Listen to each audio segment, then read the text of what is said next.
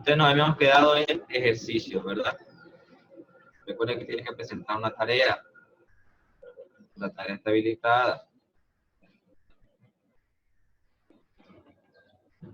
Espero que ya hayan hecho los ejercicios. Pues le voy a mandar este capítulo. Este capítulo está muy sencillo, ¿verdad? Del ejercicio que hemos visto. Ustedes se dan cuenta que el capítulo está muy simple. Y es hora de entrar al siguiente capítulo, ¿no? Es que ustedes piensan que voy muy rápido o piensan que voy bien. Si se están tratando todos los temas por capítulo.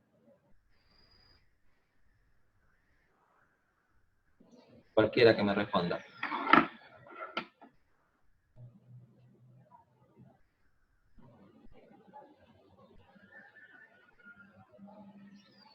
Bueno. Sí. Entonces, el siguiente capítulo habla sobre estructura electrónica de los átomos. Yo vi que ustedes el año pasado pudieron ver números cuánticos, ¿verdad? Me imagino que este capítulo a muchos se le hará familiar, muchos lo entenderán, otros reforzarán los vacíos que quizás quedaron en la clase en el año anterior. De ese momento.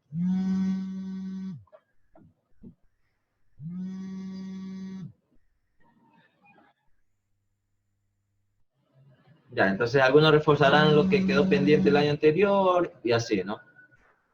Lo importante es que revisemos paso a paso el temario, ¿no? Entonces, ¿qué vamos a ver en este capítulo? Dice constitución del átomo, partículas subatómicas. Esto creo que sí lo trabajamos con ustedes, ¿no? Cuando iniciamos. Yo vi con química con ustedes en primero, creo que sí, ¿verdad? ¿O no? Bueno, número atómico. No. No. Ah, ya, es que no me acuerdo.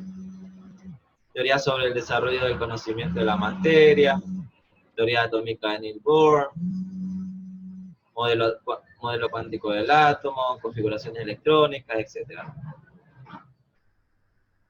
¿Sí? Entonces, pregunta que nos hace, como siempre, al inicio de cada capítulo. ¿Sí? ¿Qué tan pequeño es? ¿Cómo se conforma? ¿Son los protones y los neutrones las únicas partículas del átomo? ¿Qué tan distantes están las partículas unas de otras? De estas preguntas, ¿quién puede responder alguna?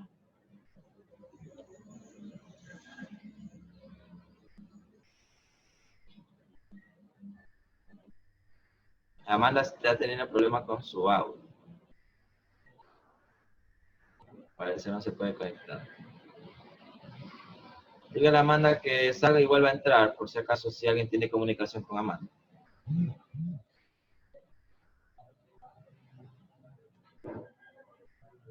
Nadie me puede responder. Hoy día están activísimos. Bueno, dice, la pregunta acerca de cómo están, ayúdenme, Rendón, a leer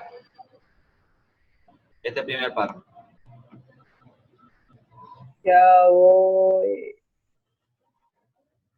Espérate.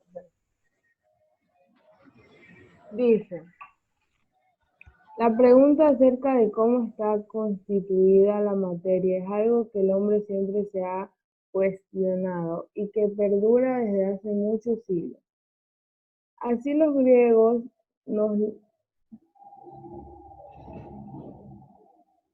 legaron las palabras átomo, sin división, pensando que este era la partícula más pequeña de la materia, hasta que posteriormente, en el siglo XIX, se comprobó la existencia de partículas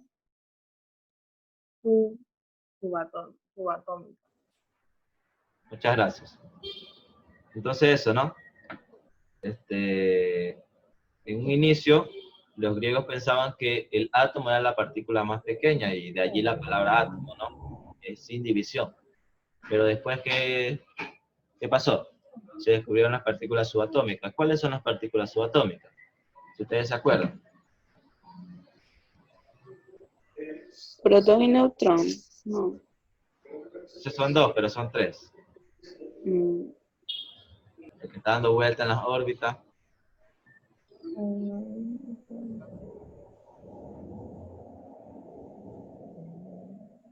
El electrón, ¿no? El electrón es el que da vuelta alrededor de las órbitas. Entonces son tres, protón, electrón y neutrón. Hay otras aún más pequeñas, pero aún están en estudio, ¿no? Seguimos. Ayúdeme, Keren, ayúdeme con ese párrafo. Con el primero. En el transcurso del desarrollo del conocimiento de la estructura de la materia, se formularon algunas teorías atómicas en las que intervinieron destacados científicos como Dalton, Thomson y Rutherford, Bohr, entre otros. Todas esas teorías tienen sus limitaciones, ya que no explican satisfactoriamente de la naturaleza de la materia. Muy bien. Entonces, cada una de estas teorías las vamos a ver más adelante, ¿sí? Entonces, ayúdenme, Estefanía, con el siguiente párrafo. Los aportes realizados en el siglo XX por Max Planck, Niels Bohr, Arnold Sommerfeld, Louis de Broglie, Werner Heisenberg enriquecieron el conocimiento sobre el comportamiento del electrón, que dio lugar al desarrollo de la teoría de la mecánica cuántica, según la cual el electrón posee una propiedad dual de la materia y energía. Es decir, tiene características de onda y de partícula. A partir de esa teoría, Erwin Schrödinger y Max Born desarrollaron el nuevo modelo mecánico cuántico del átomo, cuyo estado electrónico se describe mediante la ecuación de ondas de Schrödinger, que involucra los llamados números cuánticos, que sirven para construir la configuración electrónica de los elementos. Bien. Muchas gracias, ¿no? Le tocaron los apellidos más difíciles a la pobre Estefanía. Entonces, sí, ¿no? En base cuando ya se planteó que el átomo sí era divisible, reconoció que tenía su núcleo, que tenía su electrón, ¿ya? Obviamente en base a esos conocimientos ya se plantearon nuevas ecuaciones, nuevas ideas, ¿sí? Y de allí es donde nacen los números cuánticos, que en sí son para determinar cuál es la configuración de un determinado átomo, posición de un electrón, etcétera, ¿no? Cosas que ustedes ya pudieron determinar cuando vieron números cuánticos el año pasado, ¿no? Porque sí vieron números cuánticos. O yo me lo soñé. ¿Alguien que me confirme? Se lo soñó. Que no sea Soriano.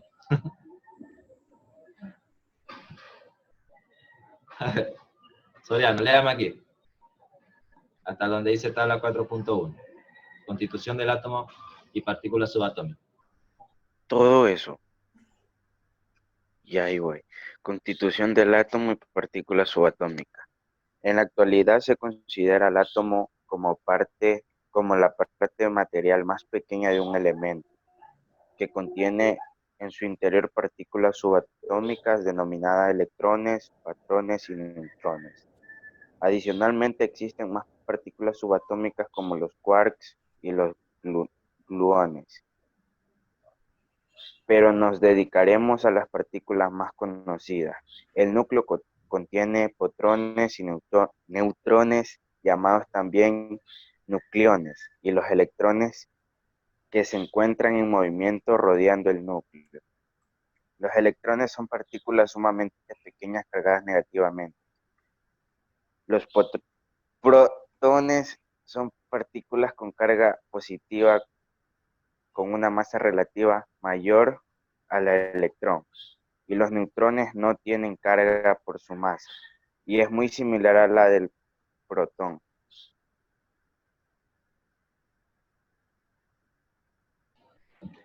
Muy bien, muchas gracias, ¿no? Entonces, hay cosas que usted debe tener claro cuando hablamos de un átomo, ¿verdad? El átomo se divide en dos partes, el núcleo y las orbitales. dentro del núcleo encontramos los ya llamados protones y neutrones, ¿sí? Que como bien lo decía Soriano, esos dos se los conoce como los nucleones, ¿sí? Justamente por estar en el núcleo, ¿no? Están los electrones que se encuentran en constante movimiento alrededor del núcleo, ¿ya? Imagínense el Sol y los planetas son los electrones, ¿no? Entonces el Sol es el núcleo y los planetas que están alrededor del Sol son los electrones. Entonces, esa es la relación, ¿no? Solo que los electrones son muy pequeños, ¿sí? Imagínenselo a nivel subatómico, ¿no? Otra cosa importante es que, por ejemplo, ¿qué pasa con las cargas? La carga del electrón es una carga negativa y la carga del protón es una carga positiva. Ambos de cargas iguales. Ya vamos a ver una tablita que nos hace relación, pero el protón y el electrón tienen cargas iguales, solo que de igual valor, pero de diferentes signos. El electrón es negativo y el protón es positivo. El neutrón, su nombre lo dice, pues, ¿no? Neutrón, su carga es neutra, es decir, su carga es cero. ¿Sí? Si hacemos relación a las masas, los protones y los neutrones son muy grandes en comparación a un electrón. Pero ¿qué tan grande es? Bueno, vamos a ver en la siguiente tabla, ¿no? Miren. Aquí tenemos la tablita, ¿no? Primero tenemos el electrón y tenemos al final que nos descubrió, miren, el protón y el neutrón. ¿Ya? Entonces, ¿qué pasa aquí? ¿Qué pasa en relación a las masas? La masa que tiene el electrón me dice que es 9.10 por 10 a la menos 31. Y usted dirá, yo espero que ya hayan trabajado notación científica, pero ¿qué es por 10 a la menos 31?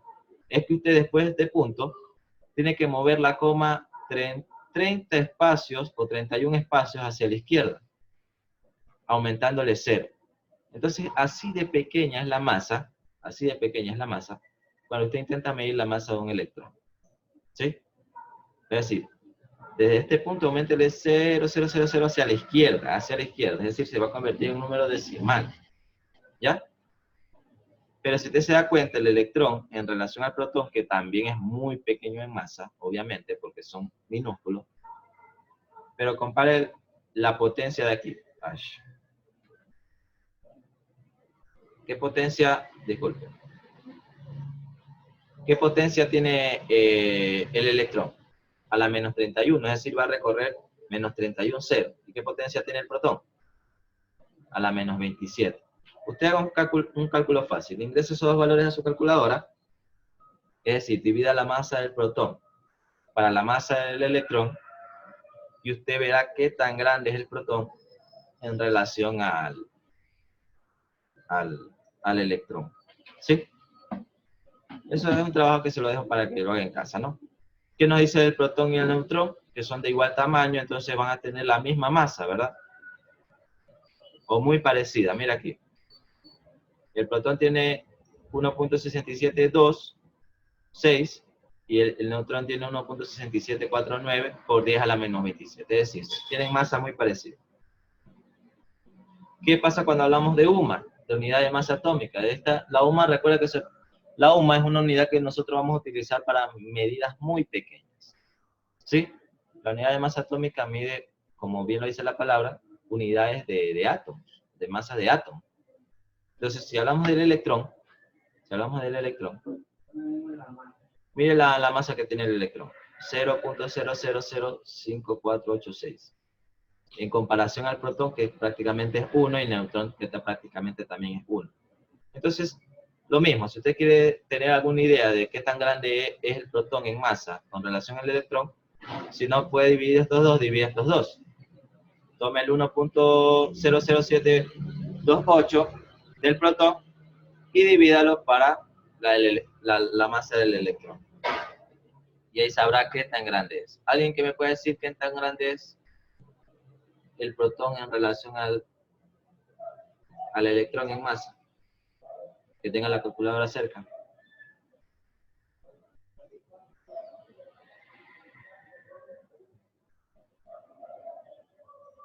Bueno, Aquí, mire. Profe, La carga relativa. Cuando hablamos de carga relativa, estamos hablando de en relación a un determinado valor. En este caso lo hicieron en relación a 1. ¿Sí? En relación a 1. Si usted busca la carga del electrón y del protón, le va a salir una determinada carga, pero en este caso hicieron una carga relativa. Solo para indicarle que el electrón es negativo, ¿verdad? Que el protón es positivo, como ya se lo mencioné, y que el neutrón tiene carga 0. ¿Quién descubrió el electrón? Thomson. ¿Quién descubrió el protón? Rutherford. ¿Y quién descubrió el neutrón? Chadwick. O sea, ahí, Estefanía, que me corrija, por favor, si me he equivocado. ¿Ya? Entonces, lo que le mencionaba anteriormente, ¿no? ¿Cómo se va a describir? Ayúdeme, María Gabriela. las partículas subatómicas, protones, neutrones y electrones en cualquier elemento se representa de la siguiente manera. A, Z, X. De donde A es el número de la masa que es igual a la suma de protones, Z, y neutrones, N. Y siempre es un número entero. A es igual a N más Z. Z es el número atómico que representa la cantidad de protones en el núcleo del átomo e identifica a cada elemento, es decir, no hay un elemento diferente con igual número de protones. Z es igual a protones. Un átomo es eléctricamente neutro, lo que significa que el número de cargas negativas y positivas son iguales. Existen diferentes tipos de átomos con igual número de masa y se llama isóbaros, como también diferentes tipos de átomos que tienen igual número de neutrones y se denomina isótonos. Y los isótopos, que son átomos de un mismo elemento con diferentes números de neutrones y por lo tanto diferentes números de masa. Muy bien. Muchas gracias, María. Entonces es muy fácil, ¿no? Cuando ustedes vayan a la tabla periódica, ¿sí? Vayan a la tabla periódica y vean un elemento, cualquier elemento. X representa el nombre del elemento, ¿verdad? Puede ser oxígeno, puede ser hidrógeno, puede ser sodio, potasio, cesio, cloro, azufre, bueno. El elemento que usted desee. ¿Sí? Usted en la parte inferior va a tener un determinado número, ¿verdad?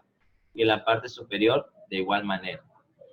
El número que se encuentra en la parte inferior, ¿sí? Esta es la forma de expresarlo, ¿no? El número que se encuentra en la parte inferior. A veces está en la parte superior, eso depende de la tabla. Pero usted tiene que aprender a identificar. Z es el número de protones que nosotros conocemos como el número atómico. ¿Sí? ¿Se acuerda que cuando vimos tabla periódica indicamos, bueno, hay un número atómico y una masa atómica o un peso atómico? ¿Cuál era la diferencia principal entre número atómico y peso atómico? Alguien que me lo indique.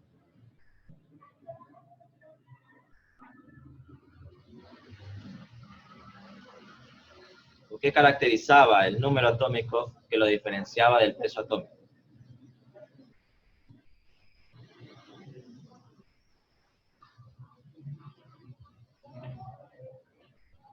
Nadie.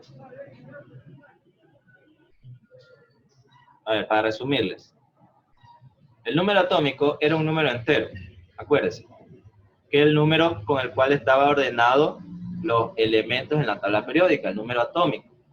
Era un número entero. Mientras que la masa o el peso atómico era un número decimal. ¿Sí? Siempre iba a estar expresado en número decimal, al menos que el peso sea cerrado. Otra forma de diferenciarlo es que la masa atómica siempre va a ser un valor mayor al peso atómico. ¿Sí? La masa atómica siempre va a ser mayor al peso atómico. ¿Y por qué la masa atómica va a ser mayor al número atómico? Disculpen. ¿Por qué va a ser mayor? Es simple, mira. Si nosotros vemos aquí,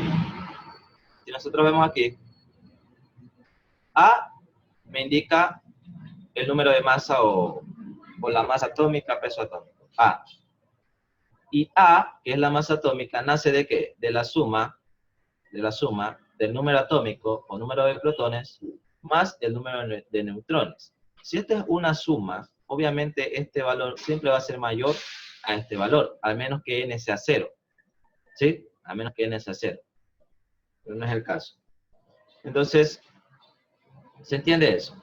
¿Se entiende eso? Z es el número de protones.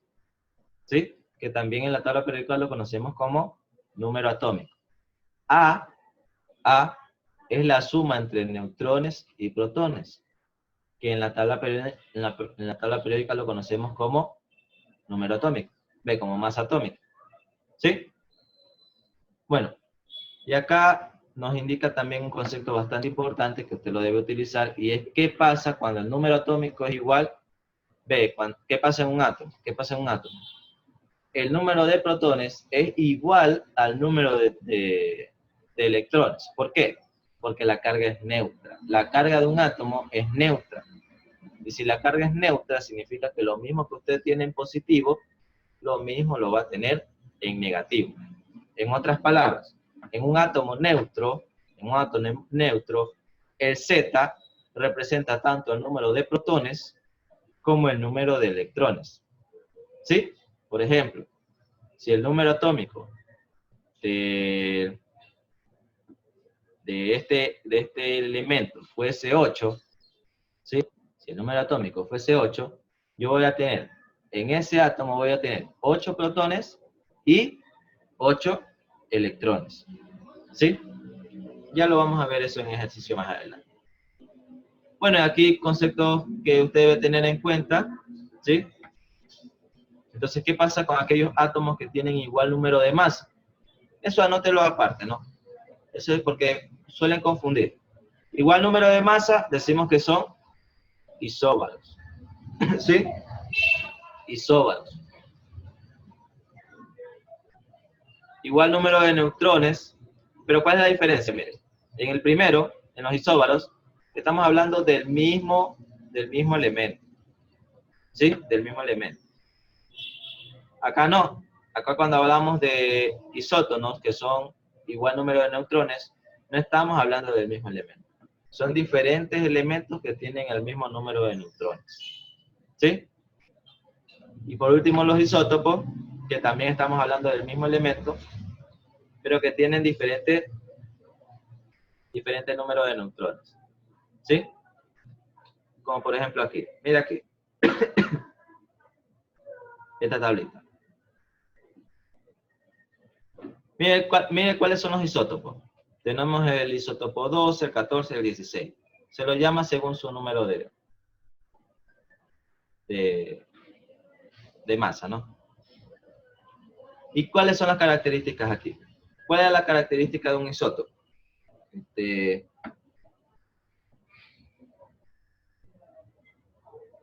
Alguien que me pueda decir, ¿cuál es la característica de un isótopo?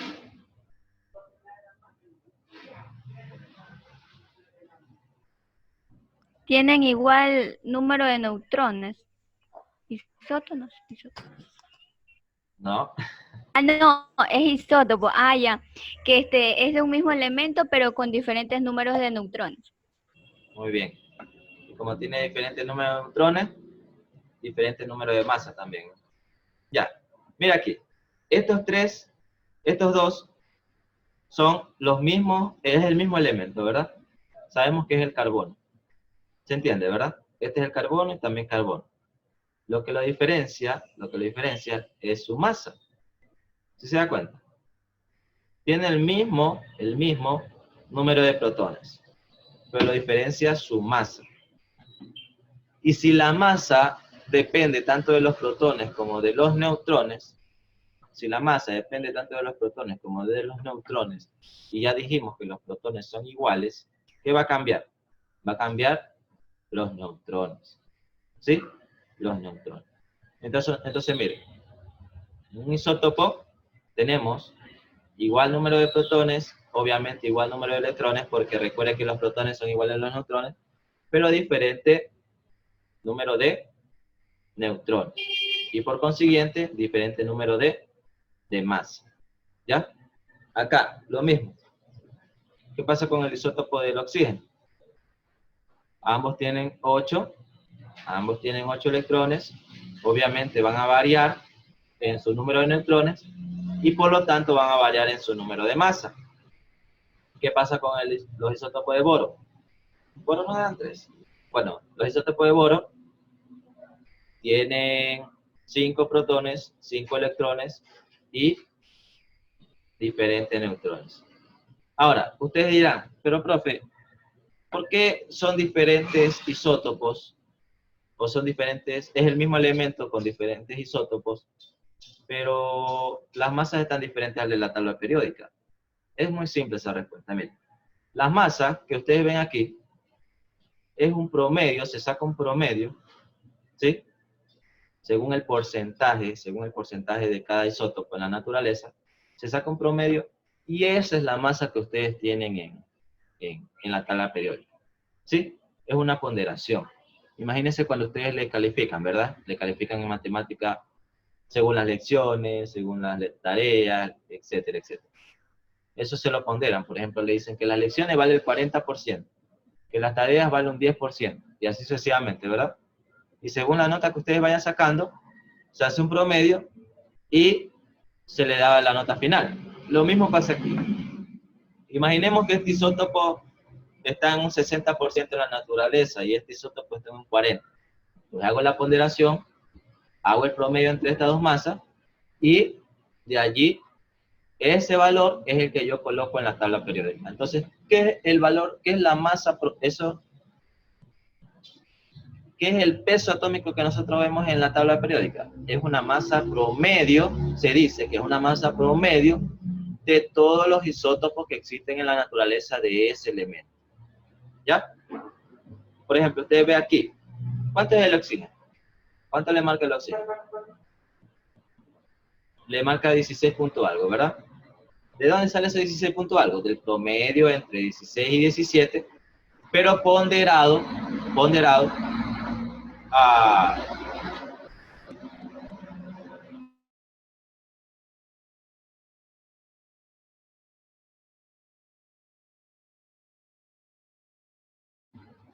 pero ponderado al promedio que exista de cada uno de estos tres isótopos, ¿no? De cada uno de estos tres isótopos. No Por ejemplo, entendí, profe. ¿Puede repetir? igual lo vamos a ver en un ejercicio, ahí se entiende mucho mejor, claro. Lo que le quiero decir es lo siguiente. Imagínense que usted en un examen saca 16, en otro saca, en 3 lecciones saca 16, en otra 17 y en otra 18. ¿Ya? Si usted hiciese un promedio normal, es decir, sumar las tres cantidades y dividir para 3, su promedio sería 17, ¿verdad? Imagínense. ¿Se entiende esa parte, verdad?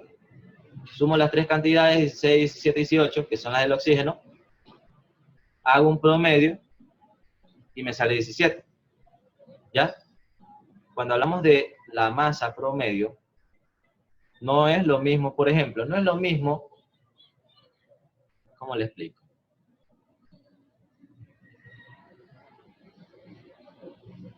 Bueno, no se califica así, pero imagínese que usted en un trabajo ha hecho el 80% del trabajo, ¿ya?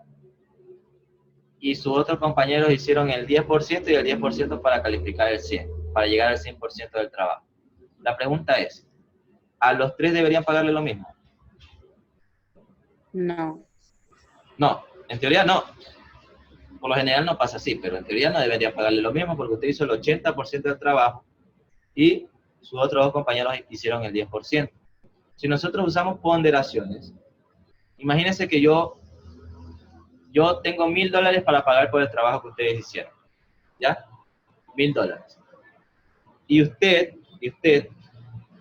yo digo, bueno, yo voy a pagar según el porcentaje del trabajo que hizo cada uno. ¿Sí? Yo tendría que darle a usted, es decir, tendría que pagarle 333 a cada uno. No, porque usted hizo el 80% del trabajo. ¿Ya? Entonces, como usted hizo el 80% del trabajo, ya usted debería darle $800, mientras que a los otros debería darle 100 y 100. ¿Sí? ¿Se entiende? Entonces, para un promedio ponderado, que se conoce como un promedio ponderado, se mezclan esos dos conceptos. ¿Sí? Se mezclan esos dos conceptos.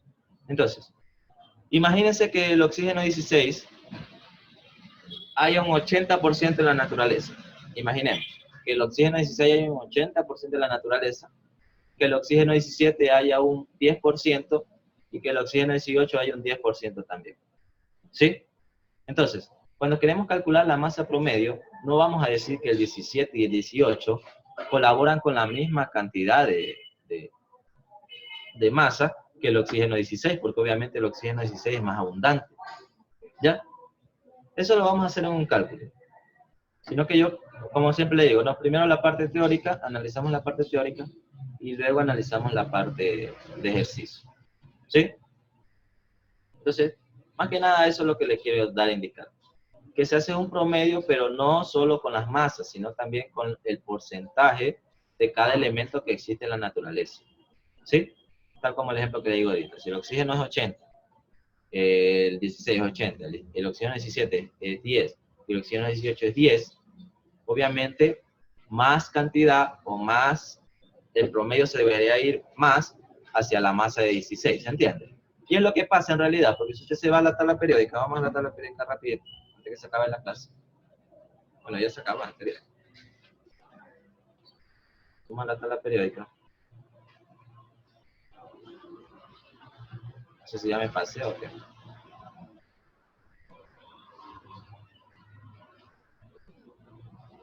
Ya. Si vamos a la tabla periódica, el oxígeno hacia cuál se acerca. Se acerca hacia el 16, ¿verdad? ¿Qué significa eso? Que tiende a irse siempre al que está más abundante en la naturaleza. ¿Ya? Lo mismo con el carbono, miren, 12.011. 12.011. Pero si nosotros nos vamos acá, bueno, estos son ejemplos, ¿no? ¿Qué pasa aquí? Hay oxígeno, hay carbono con una masa de 12 y hay carbono con una masa de 14. Entonces, ¿por qué hay muestra 12.011? Porque obviamente en la naturaleza hay de haber en mayor cantidad el carbono 12. Y es lo que pasa, ¿no? Por lo general todo es carbono 12, la gran mayoría es carbono 12. Y pocos son carbono 14. ¿Ya? Eso es lo que le quiere decir. ¿Está? Bueno, luego seguimos revisando conceptos y como siempre, cuando entremos a la parte final del capítulo, ahí revisamos ejercicios. Aquí está un poco lo que le indicaba a Keren, ¿ya? El porcentaje que existe en la naturaleza por la masa de ese isótopo dividido para 100, ¿ya? Es lo que se conoce como un promedio ponderado. Pero eso lo veremos más adelante. En la siguiente clase, en realidad. Bueno, de mi parte me despido. Chao, chao. Profe, Dígame. profe, lo de la tarea usted tenía que solamente había que hacer en propiedades físicas y químicas, zinc, paladio y magnesio. Pero ya, yo estuve leyendo eso y estuve también investigando y lo mismo que sale en propiedades físicas sale en química. Lo mismo. ¿Cómo vamos a dividir entonces? O sea, no sale lo mismo, sino que yo pongo física y me sale lo mismo que en química. No le puede salir lo mismo, pues. Propiedades físicas, Dale, profe. propiedades físicas es cuando usted le hablan del color, le hablan del volumen, le hablan de la dureza. Esos son propiedades físicas. Propiedades químicas es cuando le dicen, por ejemplo, reacciona con el agua, se oxida con tal cosa, etc. Entonces, obviamente,